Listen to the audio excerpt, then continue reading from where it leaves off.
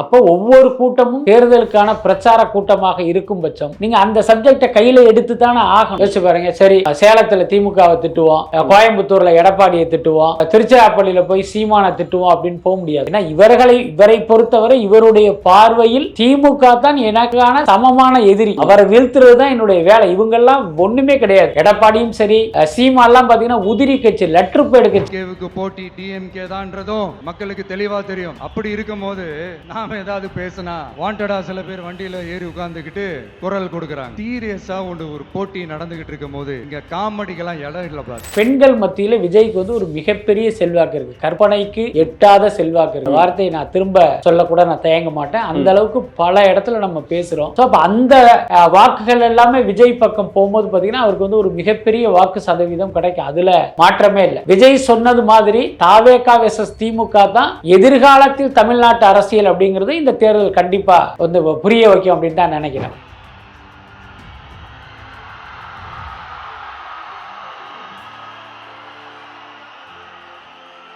எங்க ஓட்டு எங்க உரிமை. அவங்களும் தொடர்ந்து சர்வே எடுத்துக்கிட்டே இருக்காங்க. அவங்க நிறைய டீம் ஒர்க் பண்றாங்க. முதல் வாரம் ஒன்று எடுக்கிறாங்க, அதை விட அடுத்த வாரம் எடுக்கும்போது கூடுதலாக ஒரு நம்பர் கிடைக்குது. அதனால அவங்களுக்கு ஒரு அதீத நம்பிக்கை வருவதுங்கிறது இயல்பானது. இந்த முறை அவரால் ஆட்சி அமைக்க முடியாமல் போகலாம், ஆனா எதிர்கால அரசியலில் விஜய் ஒரு தவிர்க்க முடியாத சக்திங்கிறத இந்த தேர்தல் கண்டிப்பா உணர்த்தும்.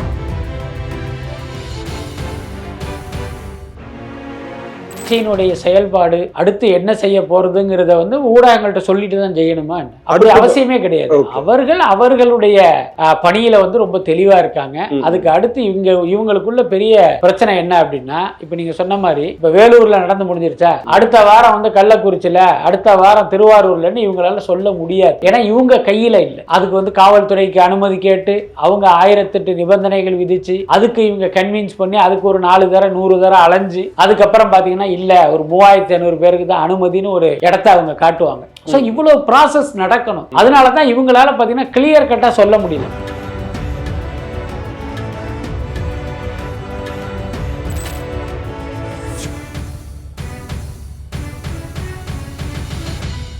சம்மர் வந்தாச்சு.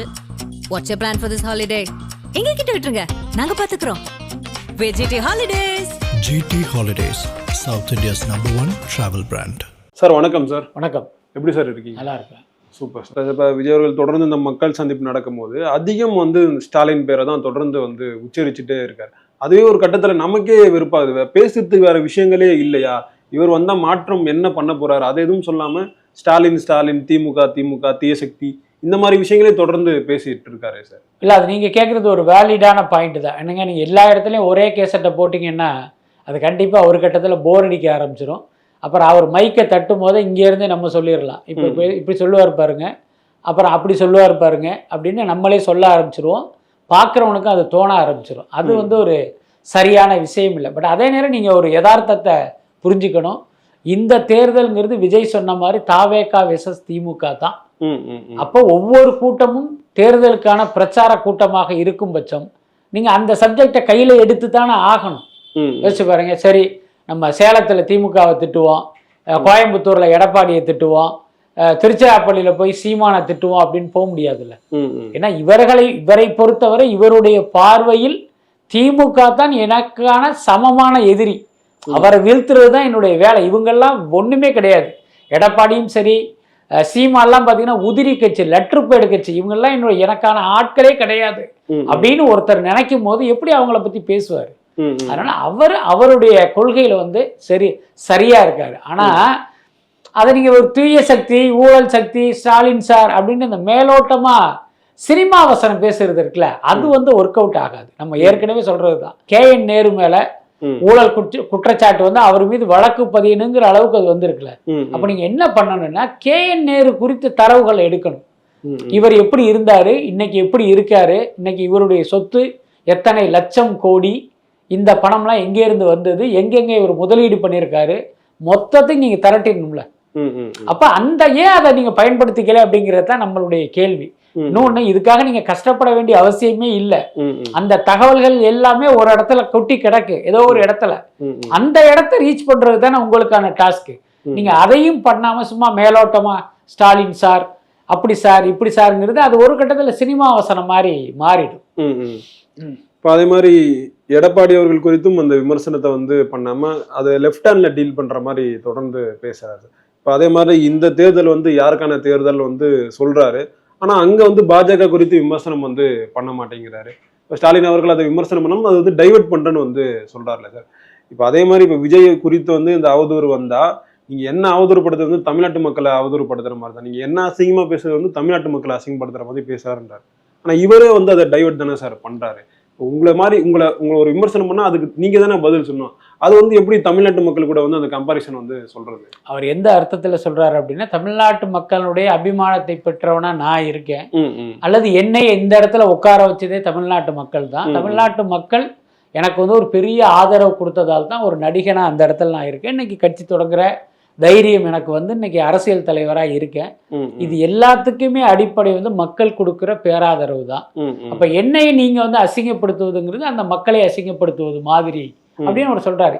இன்னொன்னு, ஒரு பிரச்சாரத்தில் ஒரு கட்சி தலைவர் பேசுகிற கருத்துக்களெல்லாம் நம்ம வரிக்கு வரி விமர்சனம் பண்ணணுங்கிற அவசியம்லாம் இல்லை. இப்போ ஒரே கேள்விதான், விஜய்க்கு மக்களிடம் அபிமானம் இருக்கா இல்லையா? மக்கள் மத்தியில விஜய்க்கு மக்கள் மத்தியில ஆதரவு இருக்கா இல்லையா? இதுதான் கேள்வி. இருக்குல்ல.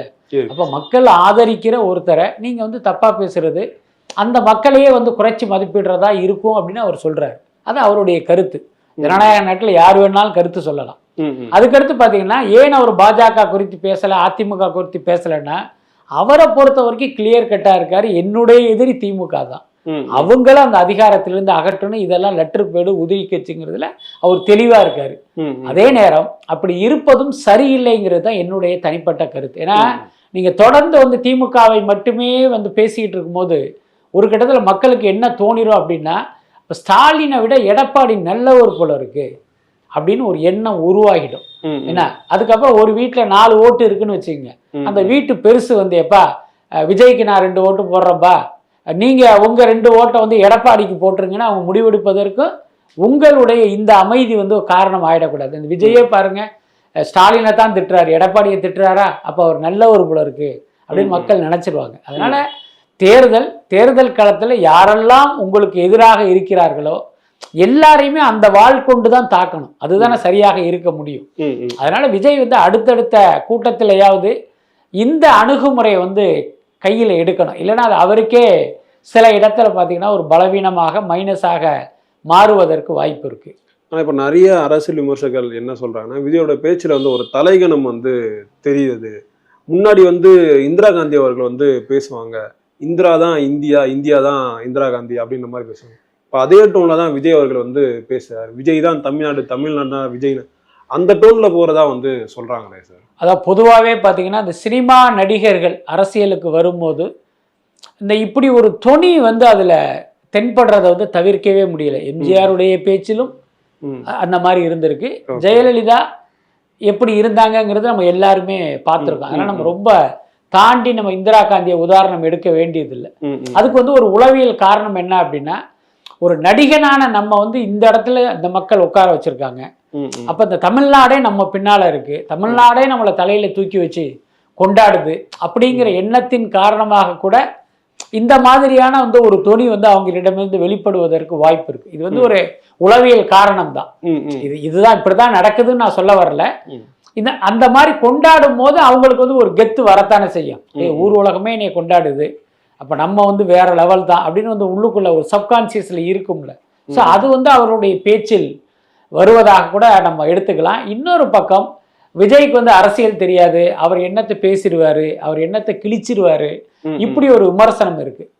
இந்த விமர்சனங்களுக்கு பதிலாக கூட அந்த பேச்சை எடுத்துக்கலாம். ஒரு கர்வமான கம்பீரமாக பேசும்போது பார்த்தீங்கன்னா மக்களுக்கு ஒரு நம்பிக்கை வரும். அடடா, இவர் அரசியல் நல்லா கத்துக்கிட்டார் போல இருக்க, ரொம்ப தன்னம்பிக்கையோட பேசுறாரு, அப்ப இவரால் வந்து சிறப்பாக ஆட்சி பண்ண முடியும் போல இருக்கு அப்படின்னு மக்களிடம் ஒரு கருத்தை உருவாக்குவதற்காக கூட அவர் வந்து அந்த மாதிரி பேசி இருப்பதற்கெல்லாம் வாய்ப்பு இருக்கு. பட் எல்லாத்துக்கும் அடிப்படை காரணம் நடிகனா நம்மளை மக்கள் தலையில வச்சு கொண்டாடுறாங்க அப்படிங்கிற அந்த விஷயம்தான் காரணமா இருக்குன்னு நினைக்கிறேன். ஆக்சுவலாக நான் ஏன் இந்திரா காந்தி எக்ஸாம்பிள் கொண்டு வந்தேன்னா, இப்போ இந்திரா காந்தி அந்த மாதிரி சொன்னதுக்கு அப்புறம் தான் காங்கிரஸோட அந்த தோல்வி முகம் வந்து ஆரம்பிச்சு சார். அதே நிலைமை வந்து விஜய்க்கு ஏற்படுன்றதுக்காக தான் இந்த எக்ஸாம்பிள் வந்து வருதுன்னு சொல்றாங்க சார். இல்லை, விஜய் வந்து இன்னும் தேர்தல் களத்துக்கே வரவே இல்லை. அதனால நம்ம அனுமானமா அப்படி சொல்ல முடியாது. அதுக்கடுத்து இப்படி ஒரு கூற்றுக்காக மக்கள் இவரை வந்து தோக்க வைப்பாங்க அப்படிலாம் நான் நம்பலை. இந்த இளைஞர்கள் பெண்கள் மத்தியில் விஜய்க்கு வந்து ஒரு மிகப்பெரிய செல்வாக்கு இருக்கு, கற்பனைக்கு எட்டாத செல்வாக்கு இருக்கு. இந்த வார்த்தையை நான் திரும்ப சொல்லக்கூட நான் தயங்க மாட்டேன். அந்த அளவுக்கு பல இடத்துல நம்ம பேசுகிறோம். ஸோ அப்போ அந்த வாக்குகள் எல்லாமே விஜய் பக்கம் போகும்போது பார்த்தீங்கன்னா அவருக்கு வந்து ஒரு மிகப்பெரிய வாக்கு சதவீதம் கிடைக்கும். அதில் மாற்றமே இல்லை. இன்னொன்று, அவங்களும் தொடர்ந்து வந்து சர்வே எடுத்துக்கிட்டே இருக்காங்க. அவங்க வந்து நிறைய டீம் ஒர்க் பண்ணுறாங்க. முதல் வாரம் ஒன்று எடுக்கிறாங்க, அதை விட அடுத்த வாரம் எடுக்கும்போது கூடுதலாக ஒரு நம்பர் கிடைக்குது. அதனால அவங்களுக்கு வந்து ஒரு அதீத நம்பிக்கை வருவதுங்கிறது இயல்பானது தானே. அதனால எனக்கு தெரிந்து இந்திரா காந்தி மாதிரி இவருக்கும் ஒரு சரிவு வந்துடும், முதல் தேர்தலையே தோத்துருவாரு, அந்த நிலைமை நிச்சயமாக வராது. இந்த முறை அவரால் ஆட்சி அமைக்க முடியாமல் போகலாம். ஆனா எதிர்கால அரசியலில் விஜய் வந்து ஒரு தவிர்க்க முடியாத சக்திங்கிறத இந்த தேர்தல் வந்து கண்டிப்பா உணர்த்தும்.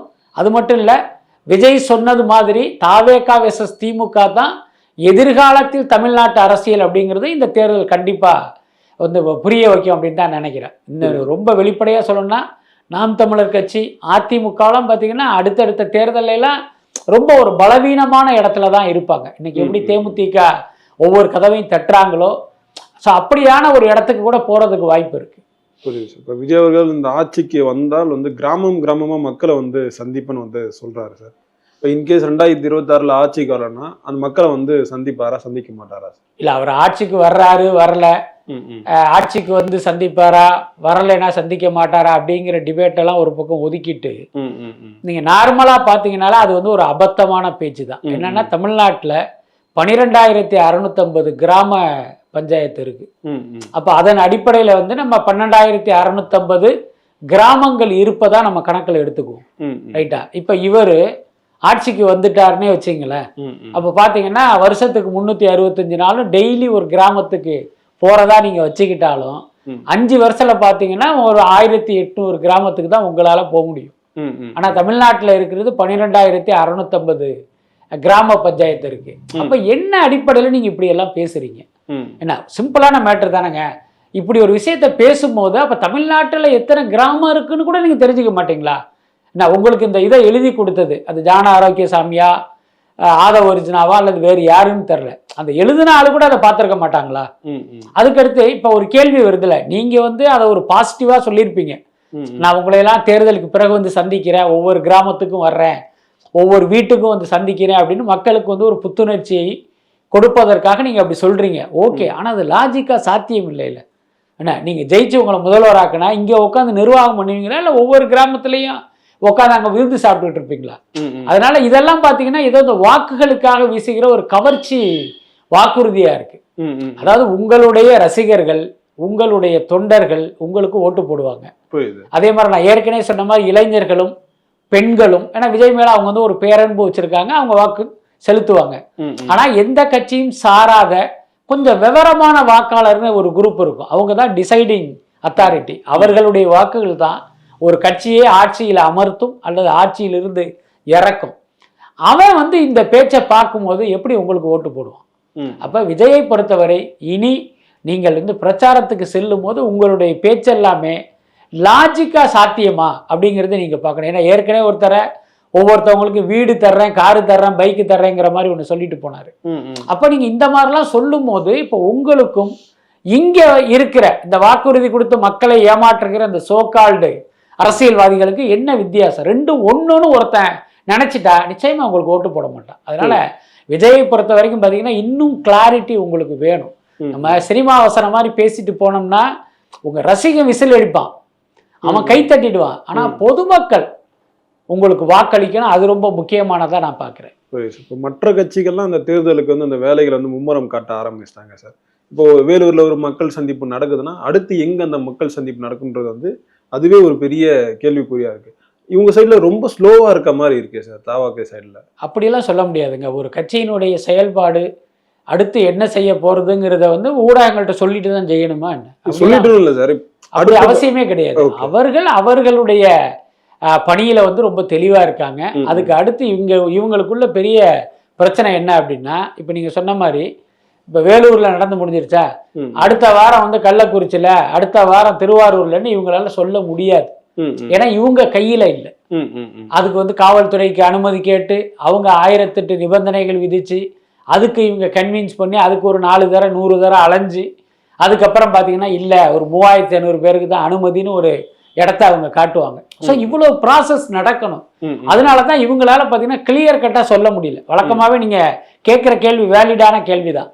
ஒரு இப்போ ஜெயலலிதாவோ கருணாநிதியோ அல்லது எம்ஜிஆரோ மற்ற கட்சி தலைவர்கள்லாம் பார்த்தீங்கன்னா இத்தனாம் தேதி இங்கே வர்றேன், அத்தனாம் தேதி அங்கே வர்றேன்னு அவங்க பாட்டுக்கு ஒரு லிஸ்ட்டு போட்டுருவாங்க. அந்த தேதிக்கு அவங்க போயிடுவாங்க. ஒன்றும் பிரச்சனை இல்லை. அவங்க போய் காவல்துறைக்கு வந்து ஒரு லெட்டர் கொடுத்தாங்கன்னா அடுத்த நிமிஷமே பர்மிஷன் கொடுத்துருவாங்க. ஆனால் விஜய்க்கு அப்படி கிடைப்பதில்லை. அதுக்கு காரணம் விஜயை முடக்கணுங்கிற திமுக அரசினுடைய நோக்கம், அதற்கு வாகாக அமைந்த இந்த கரூர் சம்பவம். இந்த ஒன்றை காரணம் காட்டியே இவங்களுக்கு வந்து ஏகப்பட்ட நிபந்தனைகள் விதிக்கிறாங்க. அதனால இவங்களால அதை வெளிப்படையாக சொல்ல முடியல. அது கையில் கிடைச்ச பிறகுதான் இந்த ஊரில் வந்து நாங்கள் ஊர்வலம் நடத்துகிறோம், இந்த ஊரில் வந்து நாங்கள் கூட்டம் நடத்துகிறோங்கிறதே அவங்களால சொல்ல முடியும். அதை சொல்லலைங்கிறதுனாலே அவங்க சும்மா உட்காந்துருக்காங்க, நம்ம எப்படி சொல்ல முடியும்? எல்லாத்துக்கும் மேலே அவர்களை பொறுத்த வரைக்கும் இன்றைய டிஜிட்டல் யுகத்தை சரியாக புரிஞ்சுக்கிட்டு அதன் மூலமாக அவங்களுடைய வேலையை வந்து சரியாக தான் பண்ணுறாங்க. பொறுத்திருந்து பார்ப்போம் சார் என்ன நடக்குதுன்ட்டு. நேரம் கொடுத்ததுக்கு நன்றி சார். நன்றி.